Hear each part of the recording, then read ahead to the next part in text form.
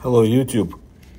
Some of what I'll tell you comes from the files of Valentin Psalomshikov. I mentioned him to you before in some of my videos. This was a very knowledgeable, very diligent Russian scientist, writer, journalist, UFO, and paranormal researcher. So let me start by telling you about Tomchuk, a resident of Kirovskaya, Murmansk region, who decided to take up night filming. So around midnight, he photographed the polar landscape at night. The sun had not yet set behind the mountain and illuminated the filming location. Tomchuk did not observe any UFOs or other luminous objects at the time of shooting, but two adjacent frames showed a clear image of some kind of flying luminous body with a long and almost luminous tail. This strange object did not appear in the previous or subsequent shots. Something flew between the photographer and the mountain and went away. This something could not be a meteorite. The object was flying along the valley parallel to the ground, and even with some elevation. In addition, the flight speed was relatively low. The interval between consecutive frames was about half a minute. If you look closely at the second frame, you can see that this UFO flew by the photographer literally under his nose, between him and a nearby tree that doesn't obscure the light track. But alas, the human eye did not detect any luminous object. In the Chronicles of Ufology and Other Paranormal Phenomena, there are many reports of discovery of various objects in photographs that were not observed by the cameraman during the shooting. In those days, when the shooting was done on black and white film, and the film was developed and the photos were printed by the same person, these invisible UFOs in the vast majority of cases were just a photographic marriage, stains from the fixer, from developer crumbs stuck to the film, or even just dirty fingers. Such spots passed off as UFOs, or at least as energy balls. Literally flooded not only popular articles on anomalous phenomena, paranormal phenomena, but also got into the books of serious researchers. The effect of reflection of light in complex glued glass optics, for example, Soviet Zenith camera, are cases of very spectacular photon ships appearing in photographs. Those who have such pictures at hand in the jargon of Russian paranormal researchers, they're called wine glasses. Well, those who have them can look diagonally into the lower corner of the frame, and there will necessarily either be a street lamp in the frame or behind it. The massive transition to color film and its automatic development and printing freed photographic documents from most of these glitches. But others appeared, inherent only in the color photographic process and primitive plastic optics of the disposable cameras. However, not all photographic curiosities can be attributed to defects or explained by physical laws. Here's one of the such typical cases described by Psalomshikov's Siberian correspondent. He was filming a company of students of his graduation, and in the photo, in the same frame, an old woman in torn clothing appeared, which, as the author of the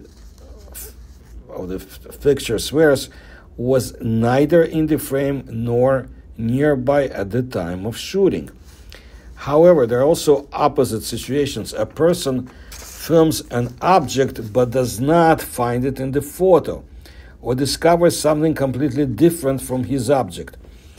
A Soviet academician, Rauschenbach, tells a completely unique case. A father and son are walking across the field, and the father suddenly sees a flying saucer sitting on the field quite clearly. He points it out to his son, but that one, he cannot see anything. Meanwhile, the inhabitants of the saucer, noticing the observers, quickly take off and fly away. The father witnesses this scene, but the son still does not notice anything of the kind. This means that sometimes vision can also throw us unexplained riddles. Let us recall, wrote Psalomshikov, that of the tens of thousands of spectators who gathered at one time to watch the miracle of Fatima, no one except 3 children ever saw the Virgin Mary. These children were the first to report the miracle. There is another option for capturing strange images. In the same year, 2003, Psalomshikov wrote about photographs of hallucinations of patients suffering from alcohol addiction, which were taken by the Perm psychiatrist Gennady Krakhalev. And I have a video about this gentleman. I think you'll find it fascinating. You look in my channel. The photos were taken even without a camera on black and white photographic film, which is a light, tight package. It was possible to remove the hallucinatory images on film, but nothing could be removed on a video camera, which uses a fundamentally different physical principle of image fixation.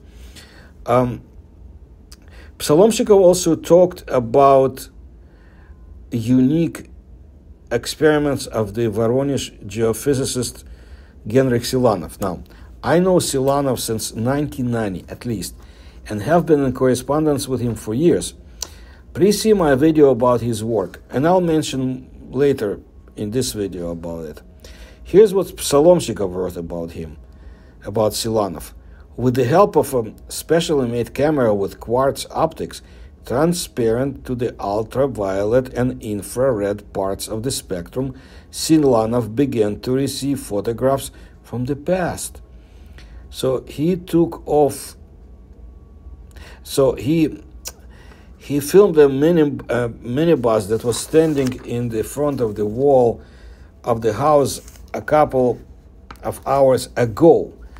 A tourist stand on the river bank that was once located there, and even German soldiers in a trench on the side of the former battles of World War II. No less impressive are the shots of a tree, the top of which was once broken off and looks lighter in the photo. Silanov called this phenomenon field memory. More about this I will talk later. Immediately after the publication, Psalomshikov received a call from the paranormal phenomena researchers from Saratov, Russian city, who were extremely interested in these experiments. They asked for Silanov's address and advice on such filming. In addition to enthusiasm and time, the group had a Zenit camera, a Chinese disposable camera, in the Russian slang it's called soap dish, and even a digital camera. Psalomshikov did not do such filming himself, but he gave the simplest recommendation: place all 3 devices on one tripod and shoot synchronously, turning off the flashes. Having destroyed a bunch of film, these people from Saratov still managed to register the phenomenon. From the shore of a small river, the landscape on the other side and the river itself were filmed. The filming was carried out under different lighting conditions every half hour. And so in one of the 3 synchronized frames, an inflatable boat with a man clearly appeared. A unique frame was obtained with the help of a disposable camera, while neither Zenit camera nor digital one recorded anything. The photographer who took pictures manually did not see any boat either. As mentioned above, the feature of the disposable camera is the simplest plastic lens, and many types of plastics perfectly pass ultraviolet rays. That's why it is not recommended to use sunglasses with plastic lenses. Another involuntary experiments shows that a camera with plastic optics which makes it possible to register components of the light spectrum invisible to the eye and not passed through by glass optics, allows in some cases to see the invisible. A few years ago, candidate of geological and mineralogical sciences Bobrov, together with a group of foreign archaeologists, participated in the survey of the temple complex in Petra, southern Jordan. Their temples, dwellings, and other rooms are cut directly into the rocks.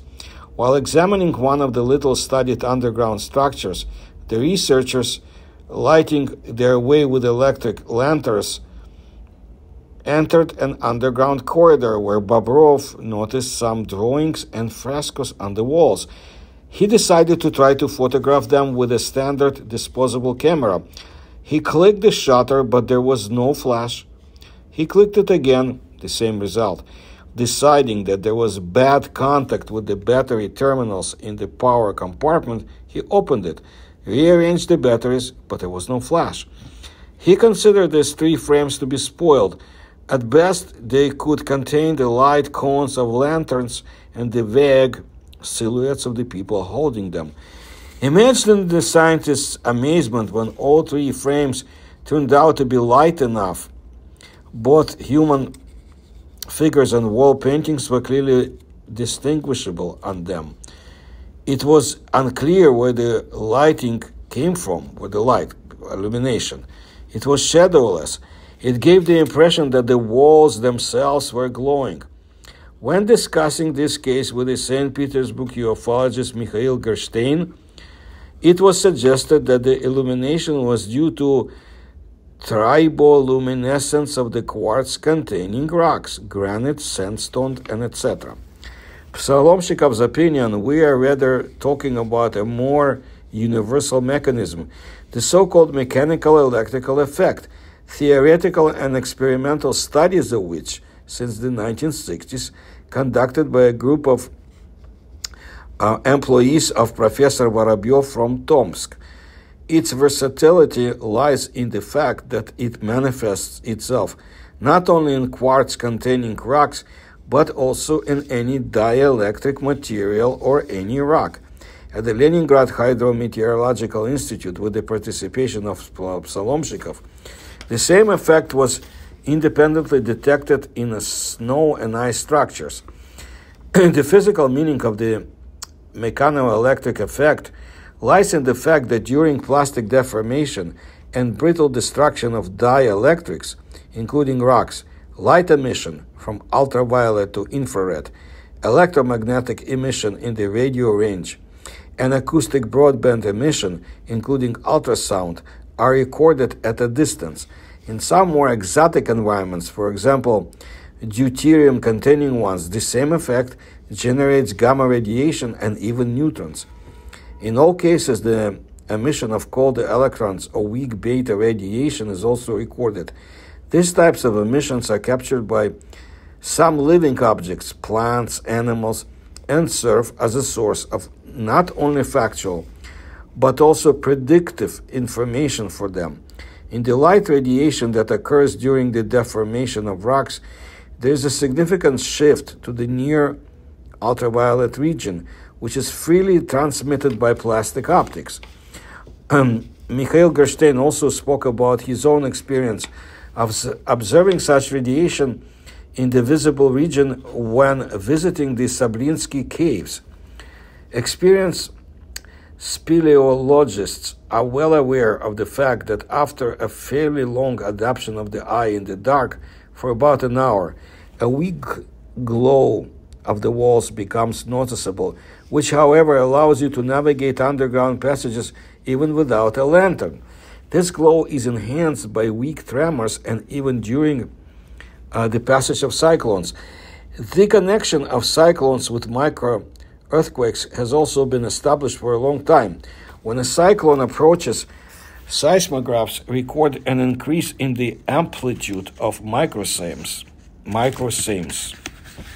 At the Hydrometeorological Institute, studies were conducted on the fixation of light emission arising from the deformation of ice and rocks on photographic film.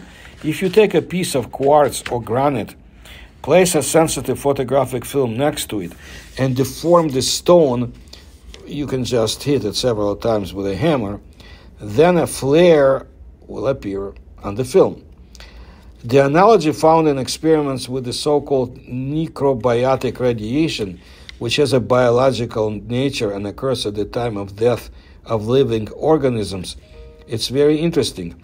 As the Russian emigre biologist Lepeshkin showed back in the 1930s, necrobiotic radiation has a clearly pronounced ultraviolet component. The same effect is observed during the destruction of crystals. As the load increases, many ultraviolet pulses are recorded which end in a powerful light flash at the moment of destruction of the sample. To register such flashes, we also used electron-optical converters and photomultipliers, according to Psalomshikov, since the registration of photoquants here is based on a principle similar to that used in digital devices. The possibility of their fixation or phenomena and objects invisible to the eye will be determined only by that special characteristics of their lenses. In conclusion, it should be recalled that a person's perception of the surrounding reality is far from adequate to this very reality, not only because of photochemical processes in the organs of vision, but also because of the presence of consciousness or subconsciousness, which often corrects the image of what he saw. A typical example, a stump in the forest mistaken for a wild beast. Photo, film, and video images can either expand or narrow the range of perceived images, often allowing you to capture what the human eye cannot see. Their camera lenses were somehow able to travel through time, travel back to time, and capture incredible images. Many people even refuse to discuss such topics, arguing that there is much more to be learned. All photos are considered to be film errors or completely fraudulent to jigsaw puzzle. However, there was one person who claimed to be responsible for studying this issue from a scientific point of view, and he is Genrikh Mikhailovich Silanov, a geophysicist, head of the spectroscopy lab of Voronezh Geology Company, Russia. Silanov, he loves to make discoveries. The work of exploring geological deposits helped him maintain his dream of discovering and photographing unidentified flying objects, UFOs. He was the head of an expedition to study anomalous phenomena or paranormal phenomena in Voronezh. In 1992, while trying out new lensed UFO camera, Silanov happened to snap a picture of the agency's parking lot. When he was editing photos, he was surprised to find that the right side of the parked car had a picture of another car that had left before he pressed the shutter button. On the left is a real car parked, on the right is a past photo of the car that has left. The second image made an even stronger impression on Silanov. Depicting two figures who not long before had left where he had pointed the lens and shot. When taking pictures in the Hope River area, which is said to have frequent UFO sightings, he got interesting pictures. One of the pictures appeared of a soldier wearing a helmet. And this was incredible. When he analyzed it, it was the military uniform of the army of Czechoslovakia during World War II. Well, you see, historical data show that in 1943, a regiment of Czechoslovak troops was established in the Hope River area under the command of Ludwig Svoboda, who later was president of Czechoslovakia. In another case, when Silanov took a picture of a picnic hut, the picture clearly showed a girl bending over to tie the tent. But in fact, when shooting, the girl was standing next to Silanov. With a photo taken from the natural area of southern Russia, it is not difficult to spot a Tyrannosaurus, a giant creature that once existed on Earth at least a few dozens of thousands of millions of years ago, more like 65. Silanov calls his photographic phenomenon of the past the field memory phenomenon, although he does not explicitly understand it. According to Silanov, any structure or thing everywhere leaves its mark in the lines of force of certain physical fields, such as electromagnetic, gravitational, microwave, or other fields in space. At a particular time, he suggested that images of the past appear due to the special excited states of these fields when certain frequencies resonate with the excitation frequency. The Russian scientist believes that space is a large hologram that stores information about everything that has ever passed through it or been placed in it. Under certain conditions, any point in space can turn on memory, which is materialized in the form of light quanta, reviving images of the past. The human eye perceives only a very limited part of the spectrum. On both sides of we can see the huge areas that can only be perceived by special equipment. Likewise, conventional optical equipment does not transmit ultraviolet light through it. For a lens capable of seeing through time, Silanov looked for natural quartz particles that could transmit ultraviolet light, including them for analysis on a spectrometer. He melted these grains of sand and made a lens with required curvature. Then he polished the lens manually. A year later, he received a lens that could transmit ultraviolet light, allowing film rolls to record images from ultraviolet rays. The film Silanov uses is also unusual. It does not have a gelatin layer to filter out ultraviolet rays. With his unique camera, Silanov is able to capture exceptional images in a wide spectrum that is inaccessible to us humans. The book Touching Extraterrestrial Intelligence was published by Silanov in 2013 with more than 150 special photographs describing phenomena and events that have appeared in the past.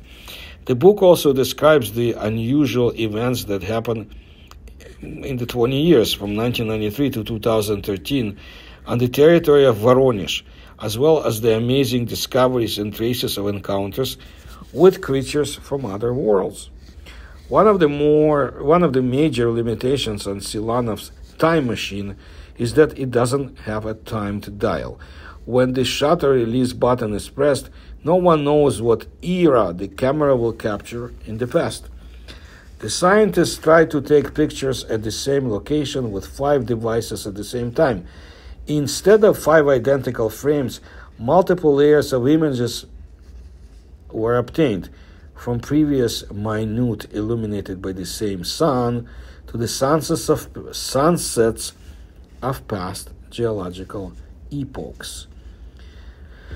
We have never been able to reproduce in the same place an image that has been taken before, according to Silanov, but we always get different shots, both of the plot and the timing of the event.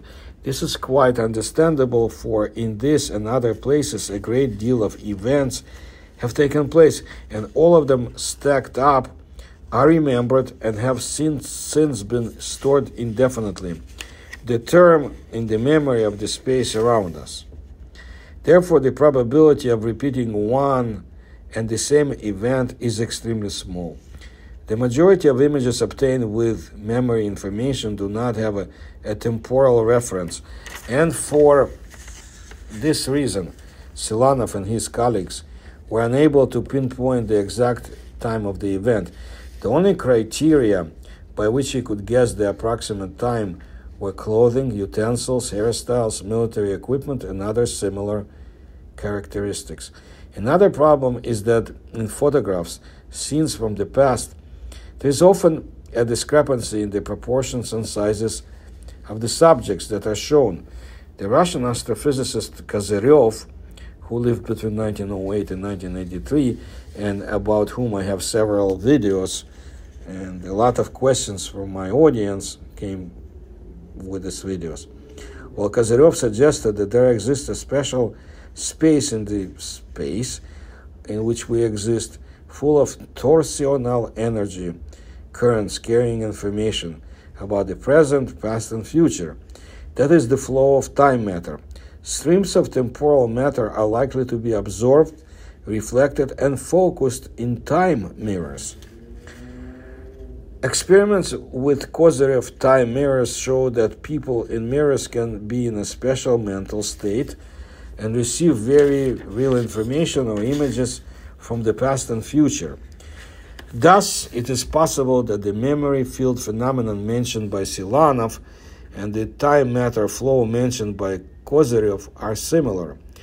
This assumption is entirely consistent with the teachings of creeds or religions about the presence of a special kind of physical field that can permanently record any past and future actions or event, and cultivators with special abilities such as fortune telling can access it to look into the past and foresee the future. This is what I wanted to let you know today, and I'll bring you more interesting information about Russian experiments in studying time, spatial phenomena, and warps and similar matters. I hope you like my presentation, and if you can support my research, you can do so through the links you will find in the description of this video. And please like my videos and subscribe to my channel. Thank you.